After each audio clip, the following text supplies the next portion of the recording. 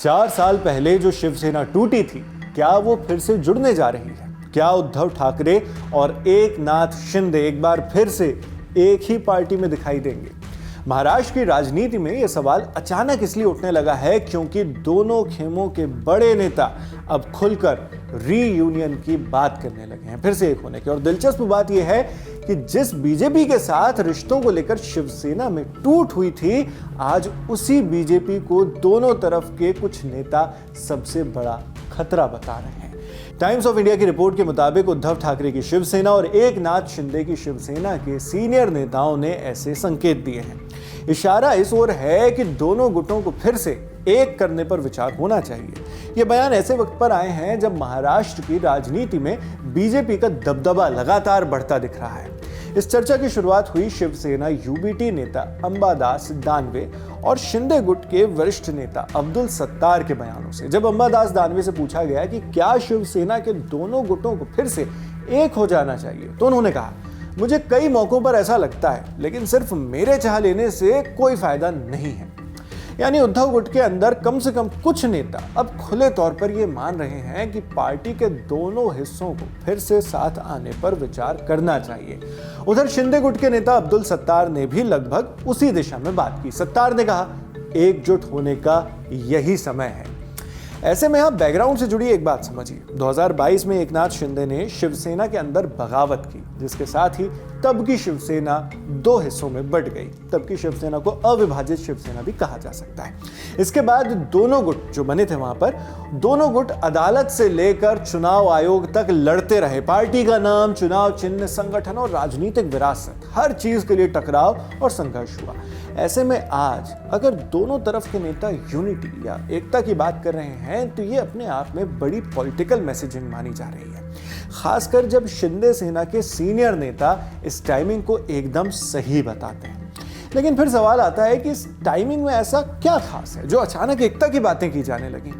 इसका जवाब अंबादास दानवे से मिलता है। उनका साफ कहना है कि बीजेपी धीरे धीरे अपने सहयोगी दलों को कमजोर कर रही है। दानवे कहते हैं, बड़ी मछली छोटी मछली को निगल जाती है। बीजेपी भी एनसीपी और शिवसेना के साथ यही कर रही है, ये उनका दावा है। आगे उन्होंने दावा किया, बीजेपी का मकसद शिवसेना को खत्म करना है, क्योंकि वो इस पार्टी को सिर्फ एक राजनीतिक प्रतिद्वंदी नहीं बल्कि अपना दुश्मन मानती है। उन्होंने ये भी कहा कि जो लोग कभी अविभाजित शिवसेना छोड़कर अलग हुए थे, उन्हें अब शायद इस बात का एहसास हो रहा होगा।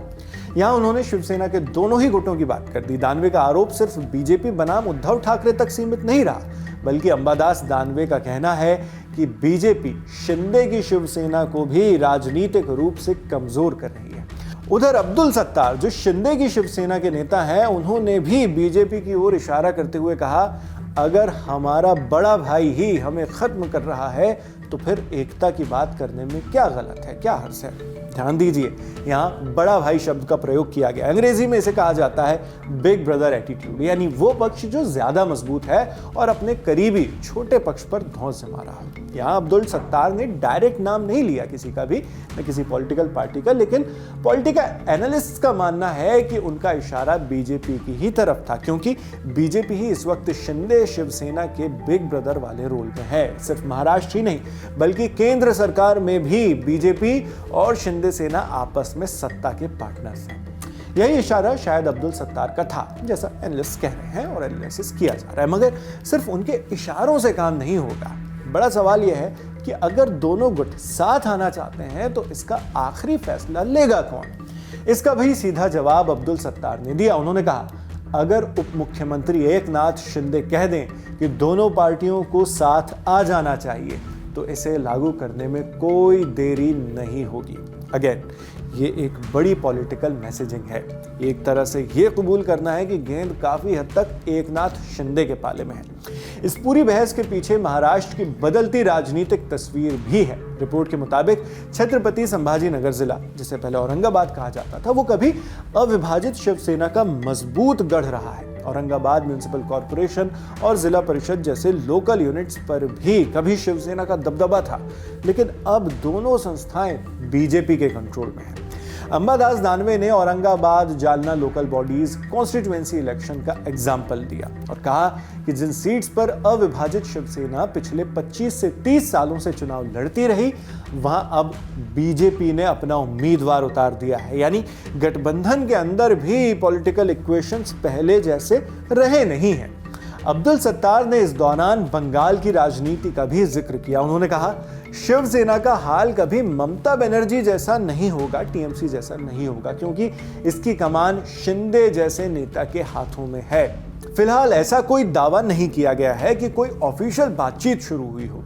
न ही उद्धव ठाकरे और एकनाथ शिंदे ने पब्लिकली ऐसे किसी रियूनियन की नई घोषणा की हो, लेकिन दोनों खेमों के वरिष्ठ नेताओं के बयान कहीं ना कहीं एक इशारा तो दे ही रहे हैं। साथ ही ये नया सवाल भी खड़ा कर रहे हैं कि 4 साल पहले जो लड़ाई शिवसेना को 2 हिस्सों में बांट गई थी, क्या महाराष्ट्र की बदलती राजनीति उसी शिवसेना को फिर से जोड़ सकती है? जवाब आने वाले दिनों में मिलेगा। लेकिन इतना जरूर है कि महाराष्ट्र में इस बड़े रीयूनियन की चर्चा अब सिर्फ अटकल नहीं रही, बल्कि दोनों खेमों के नेताओं की जुबान तक भी आ पहुंची है। जो भी बड़े अपडेट्स होंगे वो हम आप तक इसी तरह लाते रहेंगे। आप इस पूरे मामले पर क्या सोचते हैं कमेंट बॉक्स में लिखकर जरूर बताएं। वीडियो को लाइक और चैनल को सब्सक्राइब करें। मैं हूं शेख नावेद, देखते रहिए लल्लन टॉप।